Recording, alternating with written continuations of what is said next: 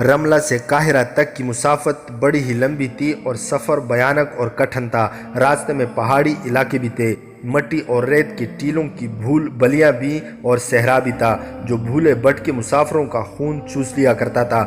سلطان ایوبی کے وہ سپاہی جو میدان جنگ سے مصر کو چل پڑے تھے، وہ اس لمبی اور بھیانک مسافت میں بکھر گئے تھے۔ ان کی واپسی کا منظر ہیبت ناک تھا۔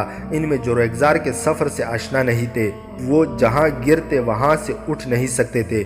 ان کی لاشیں صرف ایک روز سالم نظر آتی تھی، اگلے روز صحرائی لومڑیاں اور بھیڑیے ان کی ہڈیاں بکھیر دیتے تھے۔ ٹولیوں میں آنے والے اس انجام سے بچے رہتے اور جو اونٹوں، خچروں اور گھوڑوں پر سوار تھے، ان کے زندہ واپس آ جانے کے امکانات زیادہ تھے۔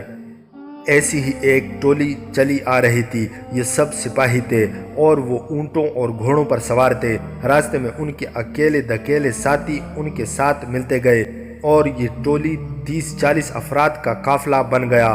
وہ اس بھیانک ریگزار میں سے گزر رہے تھے جو آج صحرائے سینائی کہلاتا ہے۔ اکٹھے ہونے کی وجہ سے ان کا حوصلہ قائم تھا، مگر افق تک پانی کے آثار نظر نہیں آتے تھے۔ دور دور میدان جنگ سے زندہ نکلے ہوئے فوجی ایک ایک دو دو قدم گھسیٹتے جاتے نظر آتے تھے۔ وہ ایک دوسرے کی کوئی مدد نہیں کر سکتے تھے، سوائے اس کے کہ کوئی مر جاتا تو اس کا کوئی ساتھی اسے ریت میں دفن کر دیتا تھا۔ سواروں کا یہ قافلہ چلا آ رہا تھا۔ آگے وہ علاقہ آ گیا جہاں مٹی کے اونچے نیچے ٹیلے دیواروں، ستونوں اور مکانوں کی طرح کھڑے تھے۔ کسی نے دور سے ایک ٹیلے پر ایک آدمی کا سر اور کندھے دیکھے اور وہ غائب ہو گیا۔ دیکھنے والے نے اپنے ساتھیوں سے کہا کہ اس جگہ چل کر رک جائیں گے، وہاں کوئی اور بھی ہے، پانی نہ ملا تو سایہ مل جائے گا۔ قافلے میں اکثریت ان آدمیوں کی تھی جن کے دماغ تھکن اور پیاس سے معاف ہوئے جا رہے تھے۔ اس سے پہلے وہ جنگ کی باتیں کرتے رہے تھے، مگر اب ان کے منہ سے بات بھی نہیں نکلتی تھی۔ ان کے جانوروں میں ابھی جان تھی اور وہ اچھی طرح چلے جا رہے تھے۔ 1 میل دور کے ٹیلے 100 کوس کی مسافت بن گئی۔ قافلہ وہاں پہنچ گیا اور 2 ٹیلوں کے درمیان سے اندر چلا گیا۔ اندر ٹیلوں کا سایہ تھا۔ سب جانوروں سے اترے، جانوروں کو سائے میں چھوڑ کر سب ایک عمودی ٹیلے کے سائے میں بیٹھ گئے۔ ابھی بیٹھے ہی تھے کہ ایک ٹیلی کی اوٹ سے ایک آدمی سامنے آیا اور بت بن کر کھڑا ہو گیا۔ وہ سر سے پاؤں تک سفید کپڑوں میں ملبوس تھا۔ ایک لمبا اور سفید چوغا تھا جو کندھوں سے ٹخنوں تک چلا گیا تھا۔ اس کی داڑھی سیاہ تھی، لمبی نہیں تھی، خوبی سے تراشی ہوئی تھی۔ اس کے ہاتھ میں عصا تھا جو عموماً عالم، فاضل یا خطیب ہاتھ میں رکھتے تھے۔ وہ خاموش کھڑا تھا۔ اسے دیکھ کر سب پر خاموشی طاری ہو گئی۔ کسی نے آہستہ سے کہا، حضرت خضر علیہ السلام ہیں۔ یہ اس زمین کا انسان نہیں۔ ایک اور نے سرگوشی کی۔ قافلے والوں کو ڈر محسوس ہونے لگا۔ وہ تو پہلے ہی ڈرے ہوئے تھے۔ اس پر اسرار آدمی نے ان کے ڈر میں اضافہ کر دیا۔ کسی میں ہمت نہیں تھی کہ اسے پوچھتا کہ آپ کون ہیں۔ ایسے ظالم صحرا میں اس حیثیت کے کسی آدمی کی موجودگی حیران کن تھی۔ وہ کوئی فوجی ہوتا تو سپاہیوں کے اس قافلے میں سے کوئی بھی نہ ڈرتا۔ ان کے ڈر میں اس وقت دہشت آ گئی جب اس آدمی کے پہلو میں ایک عورت اس طرح آن کھڑی ہوئی جیسے اس آدمی کے جسم سے نمودار ہوئی ہو۔ وہ اس کے پیچھے سے سامنے ہوئی اور اس کے پہلو میں کھڑی ہو گئی تھی۔ فوراً بعد اس طرح ایک اور عورت اس کے دوسرے پہلو میں نمودار ہوئی۔ دونوں عورتیں سر سے پاؤں تک مستور تھی۔ ان کی آنکھوں کے سامنے جالی کی طرح باریک کپڑا تھا۔ برقع نما لبادے سے ان کے ہاتھ بھی نظر آتے تھے۔ تم پر اللہ کی رحمت ہو، اس آدمی نے کہا۔ کیا میں آگے آ کر بتا سکتا ہوں کہ ہم کون ہیں؟ سب نے ایک دوسرے کی طرف دیکھا، پھر اس شخص اور عورتوں کی طرف دیکھا۔ کسی نے ڈرے ہوئے لہجے میں کہا، آپ ہمارے پاس آئیں اور بتائیں کہ آپ کون ہیں، اور ہمیں آپ جو حکم دیں گے ہم اس کی تعمیل کریں گے۔ وہ ایسی چال چلتا ان تک پہنچا جو عام انسان کی چال نہیں تھی۔ ان کے چلنے میں اور سراپا میں جلال سا تھا۔ دونوں مستورات اس کے پیچھے پیچھے آئیں۔ سب احترام سے اٹھ کھڑے ہوئے۔ احترام میں ڈر بھی شامل تھا۔ وہ ٹیلے کے ساتھ بیٹھ گیا۔ مستورات بھی اس کے پاس گئیں۔ جالی میں سے ان کی آنکھیں نظر آ رہی تھی۔ ان سے پتہ چلتا تھا کہ وہ خوبصورت عورتیں ہیں، لیکن ان میں سے کسی میں بھی اتنی جرأت نہیں تھی کہ ان آنکھوں کا سامنا کر سکتا۔ سفید پوش شخص اور ان مستورات کے کپڑوں پر گر تھی، جسے معلوم ہوتا تھا کہ وہ سفر میں ہیں۔ میں بھی وہی سے آیا ہوں جہاں سے تم آ رہے ہو۔ سیاریش نے بھاگے ہوئے مصری سپاہیوں سے کہا، فرق یہ ہے کہ تم جہاں جا رہے ہو وہ تمہارا گھر ہے اور جہاں سے آیا ہوں وہ میرا گھر تھا۔ اس کے لہجے میں سنجیدگی اور اداسی تھی۔ ہم کس طرح یقین کریں کہ آپ انسان ہیں؟ ایک سپاہی نے پوچھا۔ ہم آپ کو آسمان کی مخلوق سمجھ رہے ہیں۔ میں انسان ہوں، سیاریش بزرگ نے جواب دیا، اور یہ دونوں میری بیٹیاں ہیں۔ میں بھی تمہاری طرح رملہ سے بھاگ کر آ رہا ہوں۔ اگر میرا پیر و مرشد مجھ پر کرم نہ کرتا تو صلیبی مجھے قتل کر دیتے اور میری ان دونوں بیٹیوں کو اپنے ساتھ لے جاتے۔ یہ میرے مرشد کے مزار کی برکت ہے۔ میں رملہ کا رہنے والا ہوں۔ لڑکپن سے مذہب کا علم حاصل کرنے کا شوق تھا۔ میں نے مسجدوں میں اماموں کی بہت خدمت کی اور ان سے علم حاصل کیا ہے۔ خدا اپنے رسول صلی اللہ علیہ وآلہ وسلم کے مذہب کے پرستاروں پر بہت کرم نوازی کرتا ہے۔ ایک رات مجھے خواب میں اشارہ ملا کہ بغداد چلے جاؤ اور وہاں کے خطیب کی شاگردگی میں بیٹھ جاؤ۔ میں پیدل چل پڑا۔ میرے پاس کچھ بھی نہیں تھا۔ ماں باپ بہت غریب تھے۔ چھوٹا سا مشکیزہ بھی نصیب میں نہیں تھا کہ میں راستے کے لیے پانی ساتھ لے جاتا۔ علم کا عشق مجھے گھر سے نکال لے گیا۔ سب نے کہا یہ لڑکا راستے میں مر جائے گا۔ میری ماں بہت روئی تھی اور میرا باپ بھی بہت رویا تھا، مگر میں چل پڑا۔ دن کے وقت پیاس اور بھوک میری جان نکال لیتی تھی۔ شام کے بعد جب میں اس امید پر کہیں گر پڑتا تھا کہ مر جاؤں گا، میرے قریب پانی کا ایک پیالہ اور کھانے کے لیے کچھ نہ کچھ رکھا ہوتا تھا۔ پہلی بار میں بہت ڈرا تھا۔ میں اسے جنات کا دھوکہ سمجھتا تھا، لیکن رات کو خواب میں اشارہ ملا کہ یہ مرشد کی کرامت ہے۔ مجھے یہ پتہ نہ چلا کہ وہ مرشد کون ہے اور کہاں ہے۔ میں کھا پی کر گہری نیند سو گیا۔ صبح اٹھا تو وہاں پیالہ بھی نہیں تھا اور جس چنگیر میں روٹیاں تھی وہ بھی نہیں تھی۔ بغداد پہنچنے تک راستے میں 2 نئے چاند طلوع ہوئے۔ بہت لمبا سفر تھا۔ ہر رات مجھے پیالے میں پانی اور چنگیر میں کھانا ملتا رہا۔ بغداد میں جامع مسجد کے خطیب نے مجھے دیکھا تو میری عرض سنے بغیر بولے کہ میں تمہاری راہ دیکھ رہا ہوں۔ وہ مجھے اپنے حجرے میں لے گئے۔ میں یہ دیکھ کر حیران رہ گیا کہ وہاں ایک چنگیر پڑی تھی اور اس میں ایک پیالہ رکھا تھا۔ خطیب نے پوچھا کہ تمہیں ہر رات کھانا اور پانی ملتا رہا ہے؟ میں نے جواب دیا کہ ملتا رہا ہے، مگر حیران و پریشان ہوں کہ یہ چنگیر اور پیالہ مجھ تک ہر رات کون لے جاتا اور واپس لاتا رہا؟ تو وہ بولے کہ خدا نے حضرت موسیٰ علیہ السلام کی مدد کرنا چاہی تھی تو دریائے نیل کو حکم دیا تھا کہ راستہ دے دو۔ دریا کا آگے کا پانی آگے اور پیچھے کا پانی پیچھے رہ گیا، اور خشکی کی اس گلی سے حضرت موسیٰ علیہ السلام نکل آئے تھے، اور جب فرعون ان کے تعاقب میں اس گلی میں داخل ہوا تو دریا کے دونوں حصے آپس میں مل گئے اور دریا اسی طرح قہر سے بہنے لگا جیسے بہتا تھا۔ فرعون غرق ہو گیا۔ خطیب مکرم نے کہا کہ ہم اس کی ذات کے تابع ہیں جس نے ہمیں پیدا کیا اور جو ہمیں باری باری اس دنیا سے اٹھاتا ہے۔ اس کا جو بندہ اس کے علم کے عشق سے دیوانہ ہوتا ہے جیسے تم ہوئے، اسے وہ صحراؤں میں پیاسا نہیں مرنے دیتا اور دریاؤں میں ڈوبنے نہیں دیتا۔ اس کی ذات باری نے مجھے اشارہ دیا کہ ہم نے اپنے ایک بندے کے لیے مہینوں کے فاصلے اور ان فاصلوں کی صعوبتیں مٹا دی ہیں۔ تمہارے سینے میں جو علم ہے وہ اس لڑکے کے سینے میں منتقل کر دو، اور ہم نے تمہاری خدمت کے لیے جو 2 جنات مقرر کر رکھے ہیں انہیں کہو کہ اس لڑکے کو راستے میں پانی اور کھانا پہنچاتے رہیں۔ میں نے خدائے ذوالجلال کے حکم کی تعمیل کی۔ ہر رات تمہارے لیے یہاں سے کھانا اور پانی جاتا رہا۔ حیران نہ ہو لڑکے، پریشان بھی نہ ہو۔ بہت کم خوش نصیبوں کے دلوں میں علم کا چراغ روشن ہوتا ہے۔ جس کی خواہش تم لے کر آئے ہو ارادہ نیک ہو، دل میں اللہ کی خوشنودی کی خواہش ہو تو وہ جن و انس غلام ہو جاتے ہیں۔ کیا جنات آپ کے غلام ہیں؟ ایک سپاہی نے پوچھا۔ وہ نہیں، اس نے جواب دیا، میں ان کا غلام ہوں۔ کوئی کسی کو غلام نہیں بنا سکتا۔ ہم سب ایک خدا کے ایک جیسے بندے ہیں۔ اونچا اور نیچا، امیری اور غریبی سے نہیں ہوتا، ایمان کی پختگی اور کمزوری سے انسانوں کی درجہ بندی ہوتی ہے۔ اس کی باتوں میں ایسا تاثر تھا جس نے سب کے دلوں کو مو لیا اور سب دم بخود ہو کر سن رہے تھے۔ اس نے کہا، بغداد کے خطیب نے میری روح کو علم سے روشن کر دیا۔ انہوں نے میری شادی بھی کرائی۔ وہیں میری یہ دونوں بچیاں پیدا ہوئیں۔ میں نے بہت چلے کیے اور قدرت کے کارخانے کے 2-3 راز پا لیے۔ تب ایک رات میرے خطیب استاد نے کہا کہ اب جا اور ان کی خدمت کر جو علم اپنے ساتھ قبروں میں لیے ابدی نیند سو رہے ہیں۔ انہوں نے مجھے واپس اپنے گھر رملہ چلے جانے کا حکم دیا، 2 اونٹ دیے، زاد راہ دیا اور کہا کہ گناہ کا کبھی خیال بھی دل میں نہ لانا۔ رملہ پہنچو گے تو ایک رات تم اپنے ارادے کے بغیر اٹھ کر چل پڑو گے، شاید تمہیں بہت دور جانا نہیں پڑے گا، تمہارے قدم اپنے آپ رک جائیں گے۔ وہ ایک مقدس جگہ ہوگی، اس جگہ کو اپنا آستانہ بنا لینا، مگر مجھے ایک وقت جو ابھی مستقبل تاریکیوں میں چھپا ہوا ہے نظر آ رہا ہے۔ گناہ ہوں گے اور تمہیں دوسروں کے گناہوں کی سزا ملے گی، شاید تمہیں ہجرت کرنی پڑے۔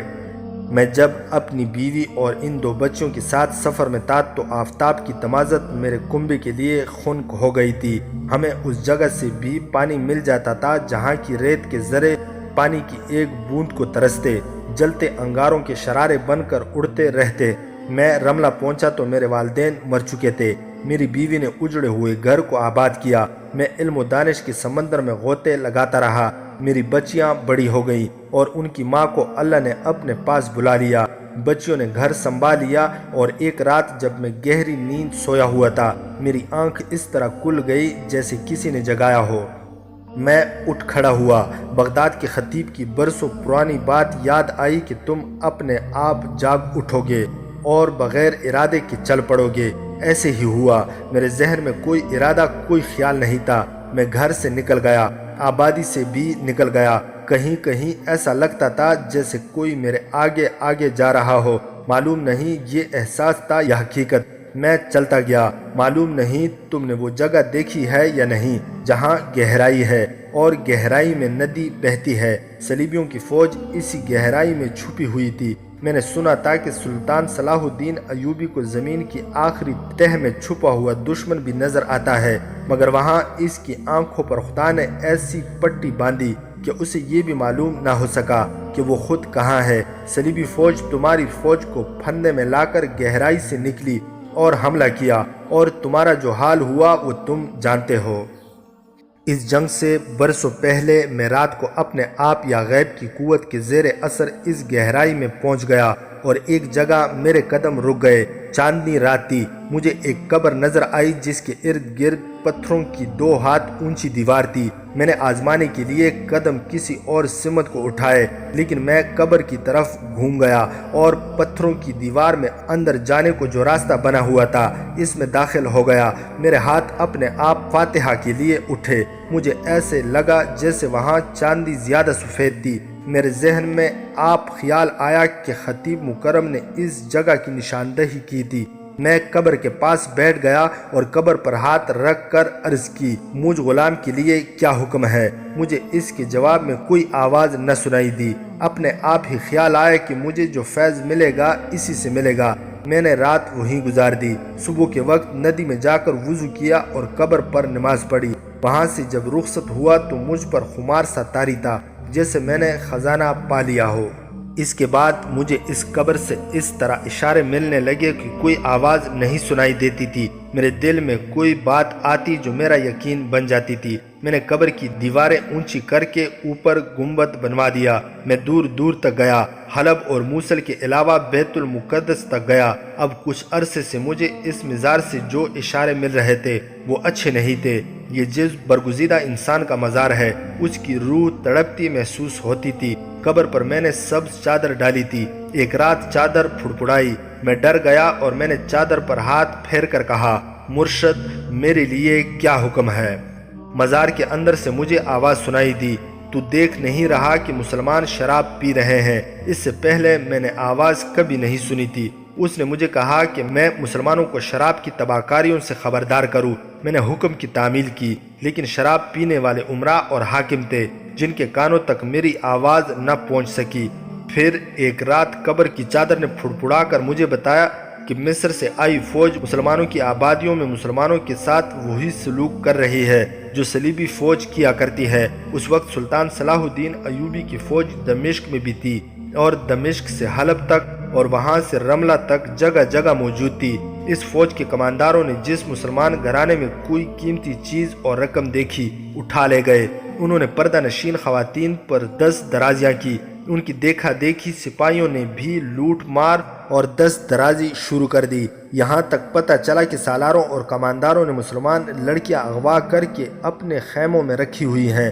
مزار سے مجھے حکم ملتا تھا کہ میں سلطان ایوبی کے پاس جاؤں اور اسے بتاؤں کہ یہ فوج خلافت بغداد کی ہے، مصر کے فرعونوں کی نہیں۔ اگر فوج نے یہ گناہ جاری رکھے تو اس کا اشر فرعون موسیٰ جیسا ہوگا۔ اس وقت سلطان ایوبی حلب کے قریب خیمہ زن تھا۔ میں اتنی لمبی مسافت طے کر کے اس سے ملنے گیا تو اس کے محافظوں نے مجھ سے پوچھا کہ تم سلطان سے کیوں ملنا چاہتے ہو؟ تو میں نے بتایا کہ میں رملہ سے آیا ہوں اور ایک پیغام لایا ہوں۔ انہوں نے پوچھا کہ پیغام کس کی طرف سے ہے؟ میں نے بتایا کہ جس نے پیغام دیا ہے وہ زندہ نہیں۔ مخالفوں نے کہکا لگایا اور ان کے کمانداروں نے بلند آواز سے کہا کہ آؤ تمہیں ایک پاگل دکھاؤں، کہتا ہے قبر سے سلطان ایوبی کے لیے پیغام لایا ہوں۔ ایک نے کہا کہ یہ شیخ سنان کا بھیجا ہوا فدائی ہے، سلطان کو قتل کرنے آیا ہے، اسے پکڑ لو۔ کسی نے کہا کہ صلیبیوں کا جاسوس ہے، اسے قتل کر دو۔ میں نے گرفتاری سے بچنے کے لیے یہ ظاہر کیا کہ میں پاگل ہوں۔ میں وہاں سے بھاگ آیا۔ میں نے اپنی آنکھوں سے دیکھا کہ سلطان کے محافظوں کے ایک خیمے میں 2 لڑکیاں بیٹھی ہوئی تھی۔ ہم نے اپنی فوج کے ساتھ کوئی عورت نہیں دیکھی۔ ایک سپاہی نے کہا، کیا تم اس وقت سے فوج کے ساتھ ہو جب یہ دمشق گئی تھی؟ سیارش نے کہا، ہم سب پہلی بار ادھر آئے ہیں۔ سپاہی نے جواب دیا، ہم فوج میں اتنے پرانے نہیں۔ میں پرانی فوج کی بات کر رہا ہوں۔ اس نے کہا، اس فوج کے کمانداروں اور سپاہیوں کو سزا مل چکی ہے، تم نئے تھے، تم نے ابھی کوئی گناہ نہیں کیا تھا، اس لیے تم زندہ سلامت واپس آ گئے ہو۔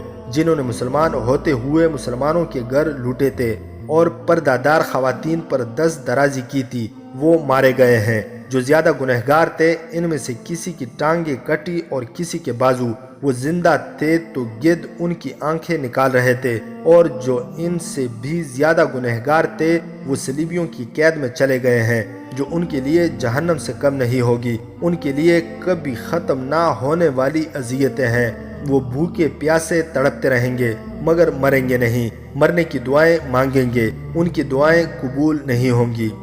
کیا ہماری شکست کی وجہ یہی ہے؟ ایک سپاہی نے پوچھا۔ مجھے 2 سال پہلے اشارہ مل گیا تھا کہ یہ فوج تباہ ہوگی، اس نے کہا، اور یہ فوج کفار کو موقع دے گی کہ وہ اسلام کی تذلیل کریں۔ اب یہ فوج اللہ کی درگاہ سے دھتکاری گئی ہے۔ آپ کہاں جا رہے ہیں؟ کسی نے پوچھا۔ میں تمہاری طرح اللہ کے قہر سے جو صلیبیوں کی فوج کی صورت میں نازل ہوا ہے بھاگ کر آیا ہوں، سیارش نے جواب دیا۔ صلیبی فوج طوفان کی طرح آئی، تمہاری فوج اس سے روک نہ سکی۔ اگر صرف میری اپنی جان ہوتی تو میں اپنے مرشد کے مزار پر جان قربان کر دیتا، لیکن اپنی جوان بیٹیوں کی آبروؤں کو میں قربان نہیں کر سکتا تھا۔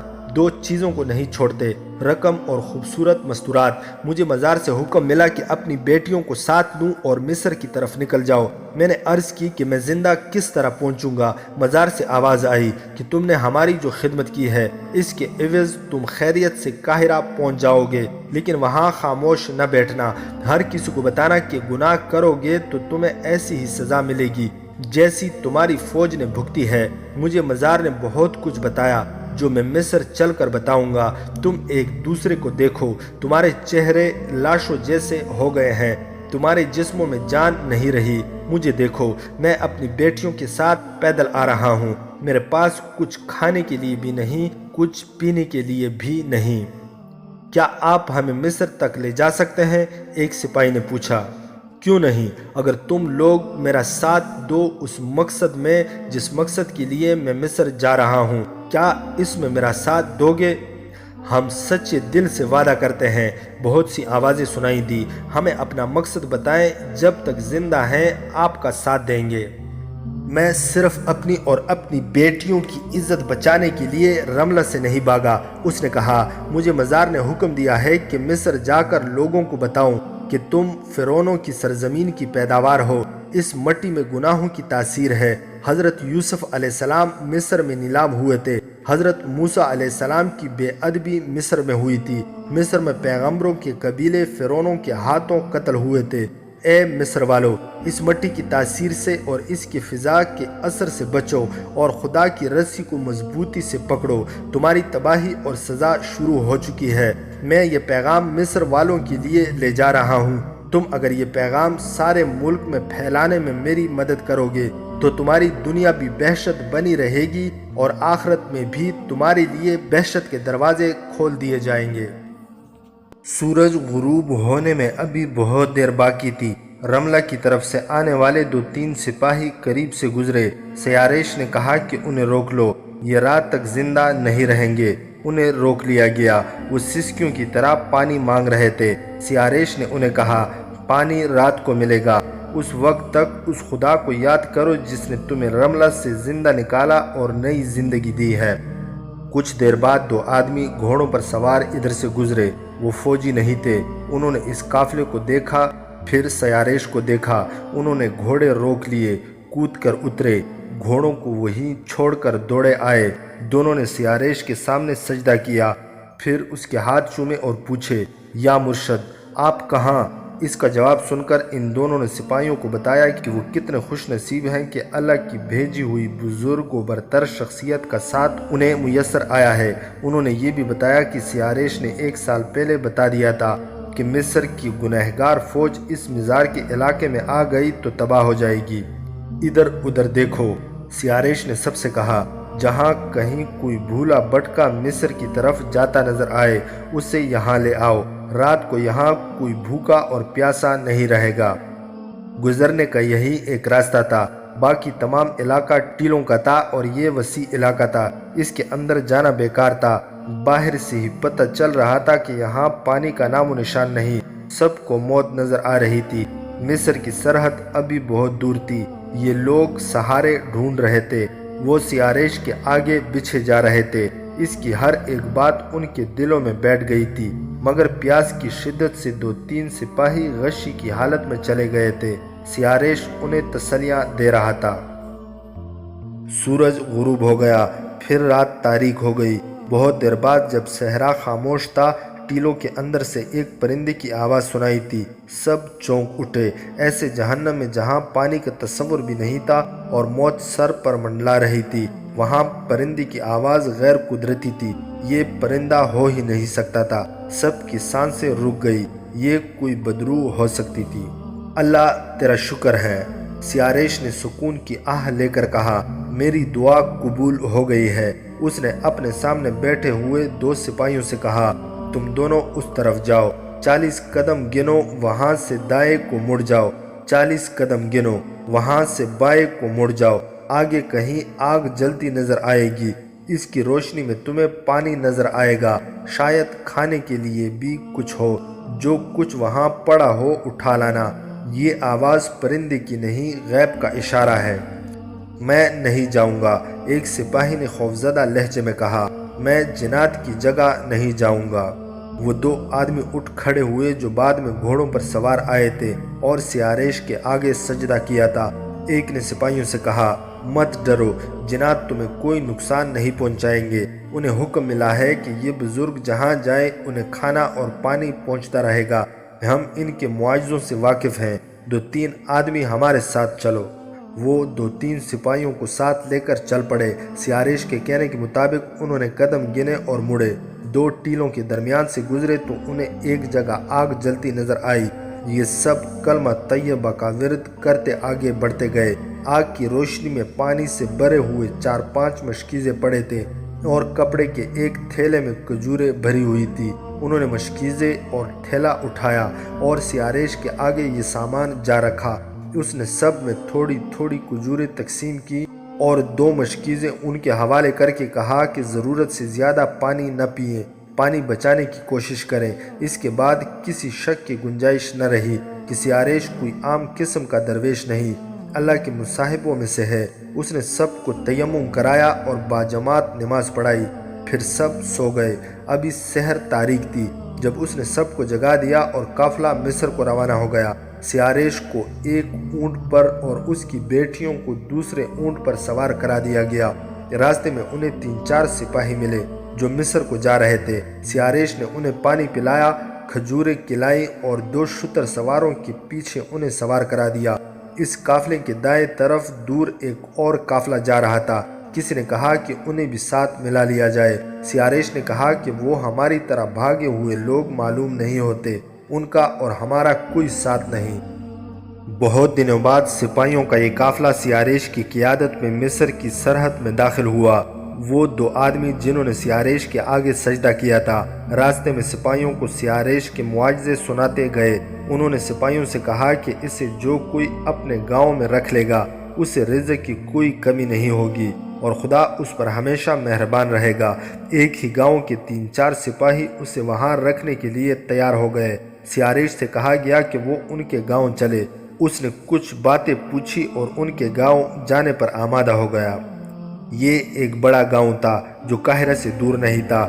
قافلہ جب اس گاؤں میں داخل ہوا تو سپاہیوں کو دیکھ کر گاؤں کے لوگ ان کے گرد جمع ہو گئے۔ ان کے جانوروں کے آگے چارہ ڈالا، قافلے والوں کو کھانا اور پانی دیا اور ان سے محاذ کی باتیں سننے بیٹھ گئے۔ انہیں سیاریش کے متعلق بتایا گیا کہ خدا کے مصاحبوں میں سے ہے اور اسے خدا جنات کے ہاتھوں رزق پہنچاتا ہے۔ لوگوں کو اس کی مختصر سی داستان حیات بھی سنائی گئی۔ محاذ کا راز مجھ سے پوچھو، سیاریش نے کہا۔ یہ سپاہی ہیں، یہ صرف لڑتے ہیں، انہیں کچھ علم ہوتا نہیں کہ فوج کے گناہوں کی سزا کون بھگتتا ہے جو ان سے بہت پہلے ملک شام کو گئی تھی۔ اس فوج نے ہر میدان میں فتح حاصل کی، وہاں کی وادیاں اور وہاں کے صحرا سلطان ایوبی زندہ باد کے نعروں سے گونجتے لرزتے رہے۔ اس فوج نے ہر جگہ زر و جواہرات اور عورتیں دیکھی۔ وہاں کی عورتیں مصر کی عورتوں سے زیادہ خوبصورت ہیں۔ فتح کے نشہ نے اس فوج میں فرعونیت پیدا کر دی، دماغوں میں صرف مال غنیمت رہ گیا۔ پھر اس فوج کے سالاروں، کمانداروں اور سپاہیوں نے قوم کی عزت اور غیرت کو خیر بات کہا اور مسلمانوں کے گھروں میں بھی لوٹ مار شروع کر دی۔ جہاں کوئی خوبصورت عورت اور جوان لڑکی نظر آئی اسے بے آبرو اور اغوا کیا۔ یہ سب مسلمان مستورات تھی، انہیں خیموں میں رکھا گیا۔ کیا سلطان صلاح الدین ایوبی اندھا تھا؟ کسی نے قہر آلود آواز میں پوچھا۔ وہ دیکھ نہیں سکتا تھا کہ اس کی سپاہ کیا کر رہی ہے۔ خدا جب سزا دینے کا فیصلہ کر لیتا ہے تو اماموں، عالموں اور حکمرانوں کی عقل پر بھی پردہ ڈال دیتا ہے، سیاریش نے کہا۔ سلطان صلاح الدین ایوبی خود فتح کے نشے سے بدمست ہو گیا تھا۔ وہ شاید خدا کے وجود کو اور اس کی لاٹھی کو بھول گیا تھا۔ اس کے گرد اس کے محافظوں اور عیاش سالاروں نے ایسا گھیرا ڈال رکھا تھا کہ کسی مظلوم کی فریاد اس تک پہنچ ہی نہیں سکتی تھی۔ جو بادشاہ فریادیوں کے لیے انصاف کے دروازے اور اپنے کان بند کر لیتا ہے وہ اللہ کی بخشش سے محروم ہو جاتا ہے۔ مجھے 2 سال سے اشارے مل رہے تھے کہ یہ فوج اعمال بد سے باز نہ آئی تو تباہ ہوگی۔ مجھے راتوں کو غیب کی آوازیں سنائی دیتی رہیں، مگر جن کے لیے آوازیں آتی تھی ان کے کان بند تھے۔ پھر خدا نے یوں کیا کہ ان کی آنکھوں پر پٹیاں باندھ دی اور سلطان صلاح الدین ایوبی جو میدان جنگ کا بادشاہ ہے اور جسے صلیب کی کفار میدان جنگ کا دیوتا کہتے ہیں، عقل کا ایسا اندھا ہوا کہ ساری چالیں بھول گیا۔ اس کی چال دشمن چل گیا اور اسے ایسی شکست ہوئی کہ تن تنہا مصر پہنچا۔ ہم صلیبیوں سے شکست کا انتقام لیں گے، ایک جوشیلے دیہاتی نے کہا۔ ہم اپنے بیٹوں کو قربان کر دیں گے۔ فتح اور شکست خدا کے اختیار میں ہے، سیاریش نے کہا۔ اس کی ذات نے حکم شکست کا دیا ہو تو بندوں کا جوش سرد پڑ جاتا ہے۔ میں بھی اس لیے یہاں آیا ہوں کہ مصر کے بچے بچے کو شکست کا انتقام لینے کے لیے تیار کروں، لیکن سزا کا وقت ابھی ختم نہیں ہوا۔ تم اگر اپنے بیٹوں کو فوراً فوج میں بھرتی کرا کے محاذ پر بھیج دو گے تو وہ مریں گے اور شکست کھائیں گے۔ ہر عمل کے لیے ایک وقت مقرر ہے، وہ وقت ابھی دور ہے جب شکست کو فتح میں بدل دو گے۔ سب سے پہلے خدا کو یاد کرو، اس سے اپنے ان بیٹوں کے گناہوں کی بخشش مانگو جنہیں تم نے ملک شام میں بھیجا تھا۔ شکست کی ذمہ داری میرے سر پر ڈالو، سلطان ایوبی نے کہا۔ وہ اپنے سالاروں، نائب سالاروں، کمانداروں اور شہری انتظامیہ کے حکام سے خطاب کر رہا تھا۔ شکست کے اسباب بڑے واضح ہیں۔ مجھ سے یہ غلطی ہوئی کہ میں نئی بھرتی لے کر گیا۔ میں زیادہ انتظار کرتا اور مصر میں بیٹھا رہتا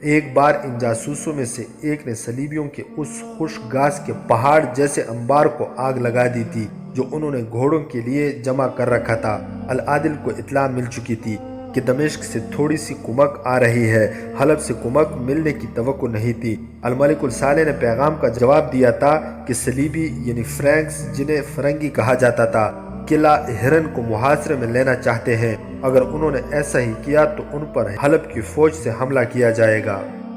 چند ایک یورپی مورخین نے صلیبی جنگوں کے اس دور کے متعلق لکھا ہے کہ رملہ کی شکست کے بعد اسلامی فوج کو ختم کر دیا گیا۔ اس کے جو دستے بچ گئے تھے انہوں نے لوٹ مار کو پیشہ بنا لیا۔ وہ صلیبیوں کے فوجی قافلوں کو لوٹ لیتے تھے۔ حقیقت یہ ہے کہ لوٹ مار خود صلیبی کرتے تھے۔ زیادہ تر مورخ اس کی تصدیق کرتے ہیں۔ اس سے پہلے بھی اس سلسلے کی کہانیوں میں مورخوں کے حوالے سے بیان کیا گیا ہے کہ صلیبی فوج مقبوضہ علاقوں میں مسلمان قافلوں کو لوٹ لیا کرتی تھی، اور یہ لوٹ مار اس طرح کی جاتی تھی جیسے یہ کوئی فوجی ڈیوٹی ہو۔ جن مسلمان دستوں کے متعلق چند ایک مورخوں نے لکھا ہے کہ وہ لوٹ مار کرنے لگے تھے، وہ العادل کے چھاپہ مار جیش تھے، جنہوں نے شاید بالڈوین کی اتنی بڑی فوج کو گوریلا آپریشن سے ایک ہی علاقے میں الجھا لیا تھا۔ پہلے کہا جا چکا ہے کہ شب خون یعنی گوریلا آپریشن العادل کو مہنگا پڑ رہا تھا، لیکن اس کے ٹروپس کا جذبہ ایسا تھا کہ کوئی سپاہی منہ نہیں پھیرتا تھا۔ اکثر جیش مسلسل وادیوں وغیرہ میں گھومتے اور بھٹکتے رہتے تھے، اپنی ضروریات پوری کرنے کے لیے بھی اپنے اڈے پر واپس نہیں آتے تھے۔ اسد الازدی کی غیر مطبوعہ تحریروں کے مطابق وہ چیتوں کی طرح شکار کی تلاش میں رہتے تھے، اور جب شکار پر جھپٹتے تھے تو انہیں اپنی جانیں چلے جانے کا کوئی غم نہیں ہوتا تھا۔ وہ دشمن کو زیادہ سے زیادہ نقصان پہنچانے کی کوشش میں شہید اور شدید زخمی ہو جاتے تھے۔ ان کی راتیں دشت و بیاباں میں گزرتی اور وہ من پسند کھانوں سے اپنے آپ کو محروم رکھتے تھے۔ مگر قاہرہ میں یہ پروپیگنڈا بہت تیزی سے بڑھتا جا رہا تھا کہ اپنی فوج بدکار اور عیاش ہو گئی ہے اور رملہ کی شکست اسی کی سزا ہے۔ قاہرہ کی انٹیلیجنس کو یہ پتہ نہیں چلتا تھا کہ یہ پروپیگنڈا کہاں سے اٹھ رہا ہے۔ کیا یہ نئے سپاہیوں کی غیر محتاط باتوں کا نتیجہ ہے یا دشمن کے باقاعدہ ایجنٹ سرگرم ہیں؟ یہ بھی دیکھا گیا کہ لوگ فوج میں بھرتی ہونے سے ہچکچاتے تھے۔ اس شکست سے پہلے مصریوں کا رویہ یہ نہیں تھا۔ علی بن سفیان اور غیاث بلبیس نے اپنے مخبروں اور جاسوسوں کا جال بچھا دیا، مگر اس کے سوا کچھ پتہ نہیں چلتا تھا کہ لوگ فوج کو بدنام کر رہے ہیں۔ سلطان ایوبی کے خلاف بھی باتیں سنائی جانے لگی تھی۔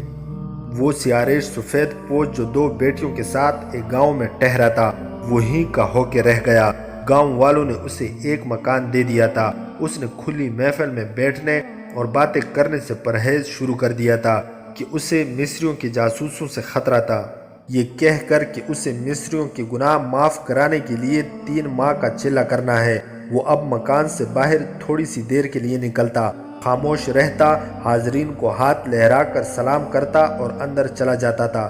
اس کے خاص مصاحبوں میں وہی سپاہی تھے جو اس کے ساتھ آئے تھے، اور 2 وہ آدمی تھے جنہوں نے ٹیلوں کے علاقے میں اس کے آگے سجدہ کیا تھا۔ ان سب نے اس کی اتنی تشہیر کر دی تھی کہ دور کے لوگ بھی اس کی جھلک دیکھنے کو پہنچ جاتے تھے۔ ایک شام علی بن سفیان کا ایک جاسوس اپنی خفیہ ڈیوٹی پر قاہرہ کے مضافات میں کسی بحیروپ میں گھوم پھر رہا تھا۔ شام ہو گئی، وہ نماز پڑھنے کے لیے ایک مسجد میں چلا گیا۔ نماز کے بعد امام نے دعا مانگی۔ دعا ختم ہوئی تو ایک نمازی نے رملہ کی شکست کی بات شروع کر دی۔ اس نے سلطان ایوبی کی فوج کے خلاف وہی باتیں کی جو سیاریش نے کی تھی۔ اس نمازی نے سیاریش کا حوالہ اس طرح دیا کہ وہ غیبدان ہے اور جنات اسے رزق پہنچاتے ہیں۔ اس نے سفر کی پوری رویداد سنائی اور بتایا کہ کس طرح غیب سے انہیں پانی اور کھجوریں ملی تھی۔ تمام نمازی انہماک سے اس کی باتیں سنتے رہے۔ اس نے بات ختم کی تو نمازیوں نے اس سے اس قسم کی باتیں پوچھنی شروع کر دی۔ وہ مرادیں پوری کرتا ہے، لا علاج مریضوں کو شفا دیتا ہے، آنے والے وقت کا حال بتاتا ہے یا اولاد دیتا ہے؟ سنانے والے نے انہیں بتایا کہ ابھی وہ سب کو یہی ایک بات بتاتا ہے کہ سلطان ایوبی اور اس کی فوج میں فرعونوں والی خصلتیں پیدا ہو گئی تھی اور شکست کی وجہ یہی ہے، اور وہ یہ بھی بتاتا ہے کہ نہ خود فوج میں بھرتی ہونا، نہ کسی کو ہونے دینا، ورنہ نقصان اٹھاؤ گے، کیونکہ گناہوں کی سزا کا ابھی وقت پورا نہیں ہوا، اور یہ بھی کہ 2-3 ماہ کا چلہ کر رہا ہے۔ اس کے بعد وہ بتائے گا کہ مصر والوں کے گناہ بخشے گئے ہیں یا نہیں۔ یہ آدمی مسجد سے نکل کر گاؤں سے باہر کو چل پڑا۔ علی بن سفیان کا جاسوس اس کے پیچھے گیا اور اس سے پوچھا کہ وہ اس عالم سے کس طرح مل سکتا ہے۔ اس نے اپنا مدعا یوں بیان کیا: میں فوج میں ہوں، تمہاری باتیں سن کر میرے دل میں یہ ڈر پیدا ہو گیا ہے کہ اپنی فوج کے گناہوں کی سزا مجھے بھی ملے گی۔ میں بھی دمشق اور حلب کے محاذوں پر گیا تھا، میں نے بھی وہی گناہ کیے جن کا ذکر تم کر رہے ہو۔ مجھے اس عالم بزرگ کے پاس لے چلو، اگر وہ کہے گا کہ فوج سے بھاگ جاؤ تو بھاگ جاؤں گا، وہ جو خدمت کہے گا کروں گا، میں خدا کے قہر سے ڈرتا ہوں۔ اس نے اتنی منت سماجت کی کہ اس کے آنسو نکل آئے۔ میرے ساتھ چلو، اس آدمی نے کہا، لیکن کسی سے ذکر نہ کرنا کہ تم اس کے پاس گئے تھے، وہ آج کل چلے میں ہے، کسی کے ساتھ بات نہیں کرتا، وہ جو پوچھے صرف اس کا جواب دینا، فالتو بات نہ کرنا۔ تم اسی گاؤں کے رہنے والے ہو؟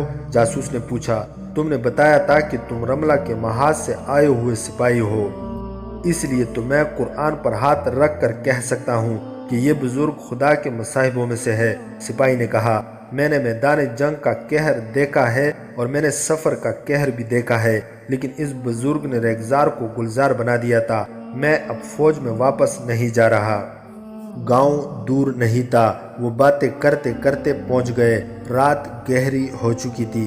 سپاہی نے جاسوس کو اندھیرے میں کھڑا رہنے کو کہا اور اس مکان میں چلا گیا جہاں سیاریش سفید پوش رہتا تھا۔ تھوڑی دیر بعد واپس آیا۔ سپاہی نے کہا کہ وہ پیچھے والے دروازے سے اندر چلا جائے۔ وہ خود اس کے آگے آگے چل پڑا اور دونوں دروازے میں داخل ہو گئے۔ ڈیوڑی سے گزرے، صحن سے گزرے اور ایک کمرے میں داخل ہو گئے۔ صحن میں روشنی تھی۔ دونوں لڑکیاں جنہیں سیاریش نے اپنی بیٹیاں بتایا تھا ایک اور کمرے میں تھی۔ انہیں جب صحن میں قدموں کی آہٹ سنائی دی تو دونوں نے دریچے کا کواڑ ذرا سا کھول کر دیکھا۔ ایک لڑکی اتنی چونکی کہ اس کے منہ سے اوہ نکل گئی۔ کیا ہوا؟ دوسری لڑکی نے پوچھا۔ کون ہے یہ؟ شاید مجھے دھوکہ ہوا، اس نے جواب دیا۔